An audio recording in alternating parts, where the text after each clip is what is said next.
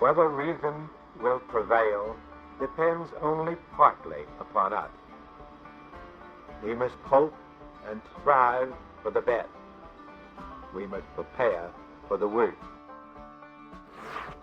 I'm Nathan Kiker. Welcome to our podcast, Clearer Than Truth. I'm glad to be joined by my co-host, George Bogdan. The wisdom of former Secretary of State Dean Acheson inspires our episodes. We emphasize clarity while examining the intricate global issues of today for a diverse audience. In a world where time is limited, we distill complex ideas, making them not just comprehensible, but in Acheson's words, clearer than truth. But first, some news. This week, former President Trump won all but one of the Super Tuesday primaries for the Republican nomination, provoking his chief remaining rival, Governor Nikki Haley, to bow out of the race. President Biden gave his long-delayed State of the Union address, discussing the stakes of the upcoming election and his plans for the next 9 months of his term. Kyrsten Sinema announced she would not be seeking another term in the U.S. Senate, throwing the race for that seat in her home state, Arizona, into doubt. The high-profile AI startup Anthropic yesterday released a new version of its Claude chatbot, saying it outperforms other leading chatbots on a range of standard benchmark tests, including systems from Google and OpenAI. With that, let's jump into our interview.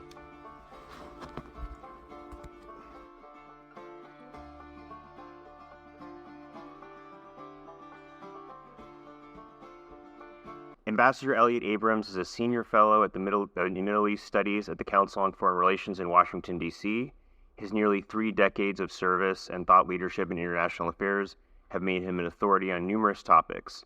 Of note, he served as Deputy Assistant to the President and Deputy National Security Advisor in the administration of President George W. Bush, where he supervised U.S. policy in the Middle East for the White House. Later, he served as Special Representative for Iran and Venezuela in the administration of Donald Trump. Ambassador Abrams, we're delighted to have you with us. So just as our first question this morning, after the Arab Spring, you observed in a wonderful book, Realism and Democracy, that America began to turn away from support for democrats and democracies in Arab countries in favor of what you called pragmatic deals with tyrants. Do you think that in the kind of aftermath of October 7th, 2023, we're going to have the same effect or something different among the American people and their leaders? I don't think it will change very much. I think that the high water mark probably came in the George W. Bush administration. And despite the rhetoric, both the Obama and Biden administrations have been uninterested, I'd say, in the promotion of democracy in the Arab world or really anywhere else. I do think it's a relevant question here because one of the problems Palestinians have, and one of the things that has so greatly helped Hamas, is that the Palestinian Authority in Ramallah has been so corrupt, incompetent, and repressive that Hamas has been seen by many Palestinians as almost a legitimate alternative. But I doubt there'll be much change between, say, 2023 and 2024. Great. Yeah. So what about the current crisis in the Middle East should Americans more or less amenable to What about the current crisis in the Middle East should make Americans more or less amenable to deals with tyrants? What would you say to those who argue that democracy rode Hamas into power and therefore it might be perceived as a dangerous luxury? Well, we have a great enemy in the Middle East, and that's Iran. And on our side, if you will, there's a real democracy, Israel. There are a number of more or less repressive Arab monarchies. And there are a number of what I'd call fake republics like Egypt. And I think you can make the argument that we don't have the luxury of saying, oh no, we'll only deal with democracies. If you are a pure democracy, freedom of the press, freedom of speech, free election, forget it. We don't have that luxury because Iran is a dangerous enemy now in the process of developing nuclear weapons. But there's another word that I'd like to throw into this mix, and it's legitimacy. I think those Arab monarchies, maybe only one exception, are legitimate in the eyes of their people. I think, and there's poll data that suggests this, if you ask Saudis or Emiratis, for example, or Moroccans, is there another form of government you'd rather have? The answer is no. They don't think that some kind of revolutionary change would improve their lives or end up giving them more freedom. These are legitimate governments, and I think that's important as we decide what our relationship with them should be. That's really quite interesting, kind of given the ongoing kind of split within the left on whether the United States should be engaging with Saudi Arabia or not, or what our role should be with the Houthis and so on. If I could, though, I'd like us just to shift a little bit of our gears right now and talk about your career in government service. This is such a consequential week, not just because it was the State of the Union, but also because President Trump appears to have clinched the nomination for the Republican Party once again for the third time. And the response has been by many that were he to have a second administration, it would essentially be a repeat of the first. And I'm wondering, as someone who served as an envoy during President Trump's first administration, how is that different or similar to your prior stints in government? And what should people bear in mind were President Trump to come back into power? Well, without telling people who to vote for, I do worry about a Trump second term. I worry about it because I think that, first, there is an element of kind of revenge that seemed to be in the air for Trump and many of those supporting him or closest to him that obviously didn't exist when he ran in 2016. Secondly, when he came into office, there were an awful lot of what I guess I'd call regular Republicans around. Remember Trump and his generals. He had a bunch of, kind of middle of the road Republican generals around him, and there were other people in the White House and in the agencies. There were, I think, very unfortunately, a lot of Republicans excluded because they had opposed him in the 2016 race. Usually, when the race ends in both parties, usually the winner then says, I want party unity, in the sense in which, say, John Kennedy brought in Lyndon Johnson, Bill Clinton brought in Alan Ward.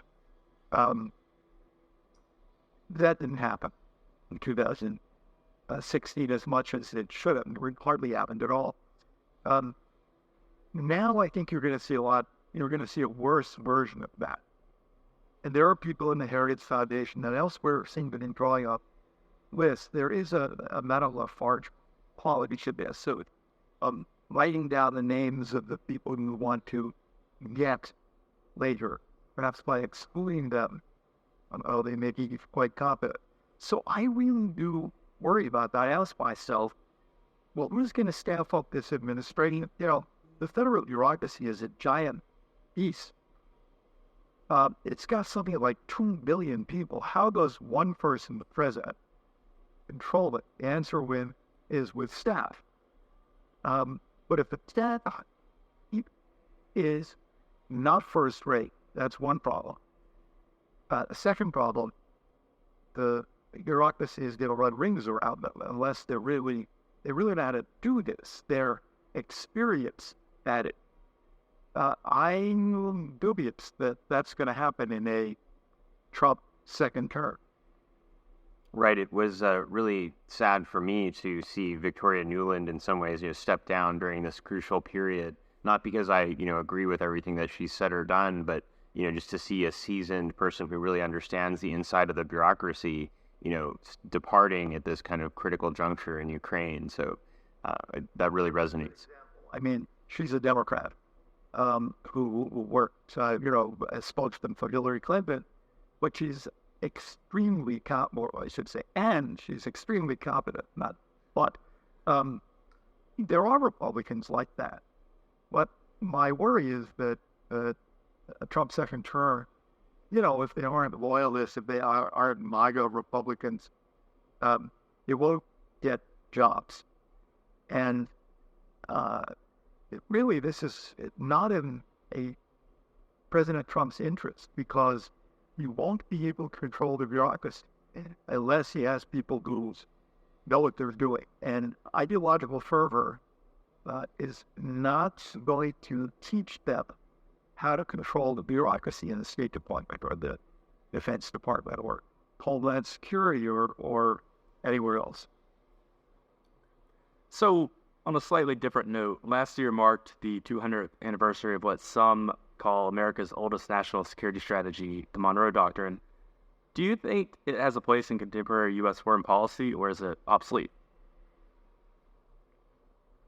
If you take it word for word, it's outmoded. But the thought, the spirit, the basic idea is not outmoded. And that basic idea is to try to keep Latin America free of political interventions by hostile European powers. Today, I'm not so much worried about hostile European powers, which in those days read England mostly 200 years ago, and European monarchies. Today, it means Iran, it means Russia, it means China. Again, I said political interventions. I don't think any of us are worried about real economic investment or trade. What we worry about is the kind of thing we see, for example, in Venezuela, where a vicious dictatorship gets a lot of money from Russia and China and gets weapons from Russia and China and Iran and is helped to stay in power by those actions on the part of those foreign dictatorships. That's something we should continue to oppose. We should push back. We should pay more attention. And, look at this from the point of view of 2044. We know something now that was not known 200 years ago. Latin America has a lot of very significant minerals and other natural resources that are unknown even decades ago, never mind centuries. For example, Guyana is an increasingly important source of oil. It's going to be producing 1 million barrels a day, which is Middle East levels. There are other mineral lithium, for example, which was also important 20 years ago and is now. There are deposits in Latin America, and we should certainly not want China, for example, to gain control of those. So the idea that we should be paying more attention to Latin America, I think is right. And the idea that we should be worrying about foreign dictatorships intervening is also right. So 200 years later. So when you look at, for example, El Salvador, how should the U.S. approach dealing with someone like Bukele, who isn't too keen on democracy, it seems, but is widely supported and also probably not a bad ally to have? Or Argentina being a similar situation? Yeah, very hard questions. Because Bukele in El Salvador seems to be quite popular. I mean, this is not the case where, someone is a vicious, brutal dictator who's hated by the people of the country who are trying to get rid of him. That's Venezuela, for example. And he responded to the terrible situation of violence, gang violence. Gang violence is a much broader problem in Latin America that people haven't been able to solve. It's growing in Mexico, but he has solved it for El Salvador. So, my view is I guess what I'd call deal and wince. What I mean by that is we should deal with those governments. He's a legitimate leader. He got elected. And from poll data that I've seen, he has vast popular support because of what he's done to eliminate violence in El Salvador. But we should be wincing as we do this because he's eliminating Salvadoran democracy. We built Salvadoran democracy in the Reagan years. And from the Reagan years until Bukele, it survived. That's 4 decades. Now it's being eliminated. I don't think we should invade El Salvador. I don't think we should cut off El Salvador, remove our embassy, refuse to trade with them. But I think we should be making it clear that we would like to see a return to more respect for basic political rights in El Salvador, and we think that that's compatible with fighting. So how do you do that? So how do you keep them close and actually try to push them to govern in that way without cutting them off or without threatening to remove embassies? Well, it's hard and probably not better done than since Robert Reagan did it. But it means speaking. For example, okay, maybe we don't want him to come visit the White House, but maybe we want the secretary of this or that to visit there. Maybe we want the U.S. ambassador to make a series of speeches that don't attack him, that don't give the impression we'd like to see him overthrown, but that do say, look, there's a problem here.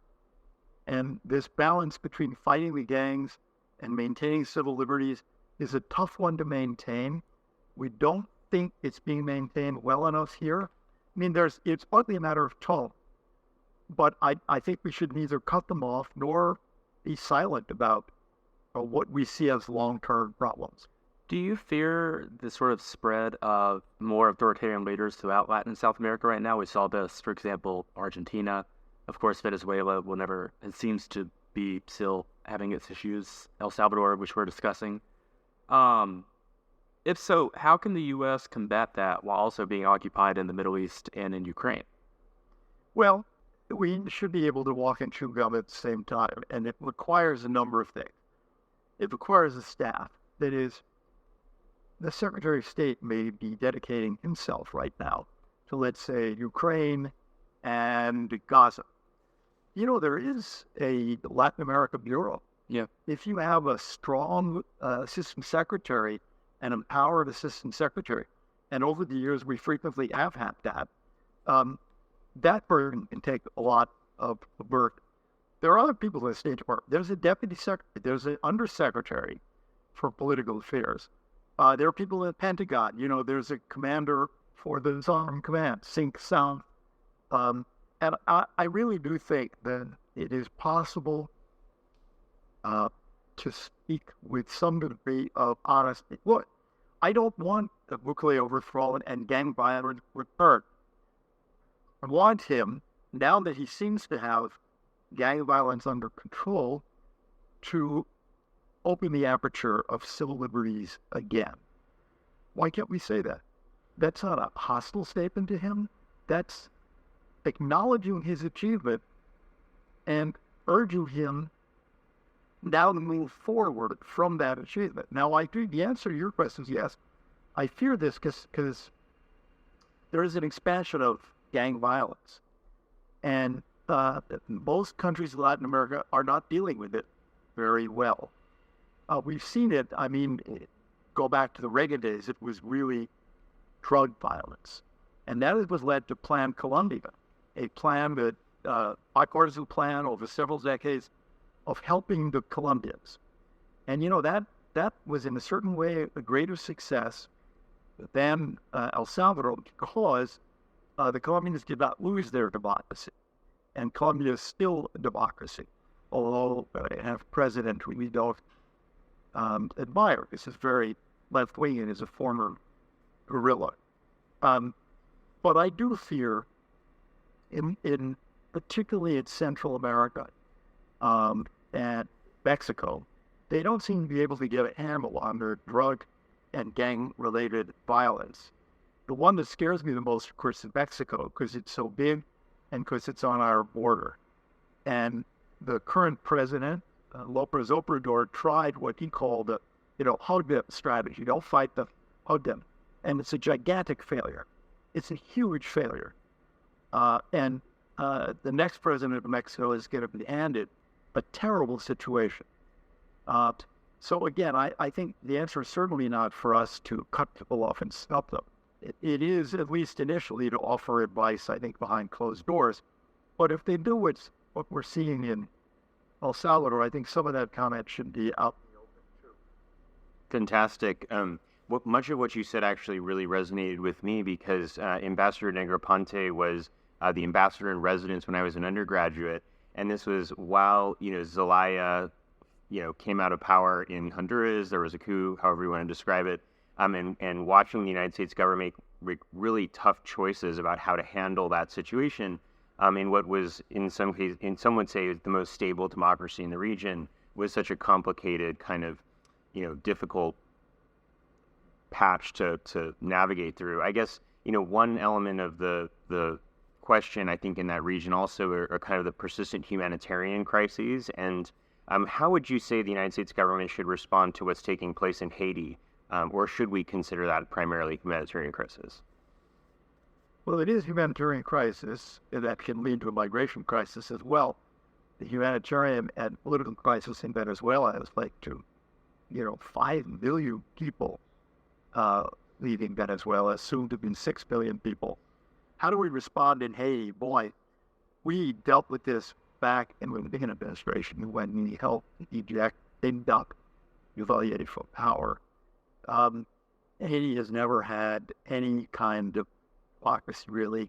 I mean, there have been intermittent periods of 6 months or 14 months or something, but I don't know a lot about Haiti these days. I knew a lot about it in the Reagan years, but it seems to me that this proposal to provide Kenyan troops as a kind of peacekeeping force is the best one on the table. Because I think until you restore order, you really can't make any political progress at all. Okay.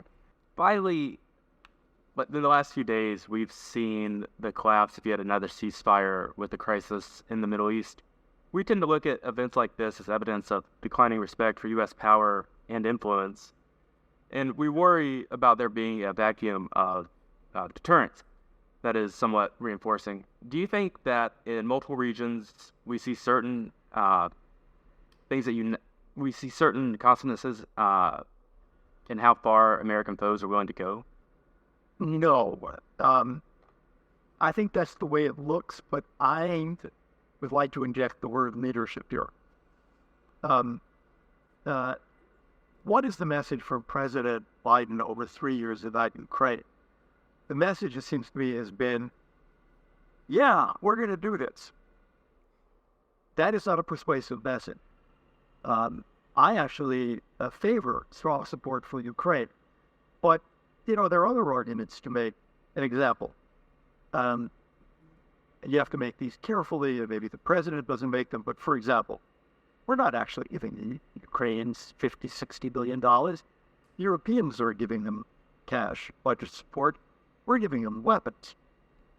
This helps us rebuild our own weapons industries and replenish our stocks with new weapons as we give them older ones. So there's a little element of corruption here because we're not giving them cash. We're giving them arms and ammunition. And anyway, frankly, this is a bargain basement way of decimating the Russian army. Well, again, the president has to be careful how he says that, but he doesn't say it at all. So how do you persuade American people that the president isn't giving arguments? For this, I would again contrast, let's say, Reagan in proposing his Euro policy, Soviet policy, Central America policy. He was always trying to persuade American voters. I think that if we had better leadership that was explaining to the American people, here's the situation in the Middle East and the role of Iran and its new alliances with Russia and China. Here's the situation in Ukraine. Here is why it is in our interest, ideological but partisan. That is, people don't like President Biden. People think President Biden is a poor leader. I'm generalizing, but look at the polls. His approval ratings are very low. And therefore have a tendency, I think, not to be terribly supportive of his policies, including his Ukraine policy. I think if you had stronger leadership and better explanations, the support for Ukraine, which isn't bad, would be significantly higher. I would say that about policy in the Middle East, and the only place where it hasn't dented voter opinion is China, because of this broad consensus among American voters that China is a hostile power, and we need to do more to prepare for that challenge. Thank you so much, Ambassador. This has been a wonderful, wide-ranging conversation. We're just delighted to have you as our first guest. And once again, we deeply appreciate you spending some time with us. I'm glad to do it. Thank you. Thank you. Thanks for joining us for this episode of Clearer Than Truth. Be sure to tune in next time.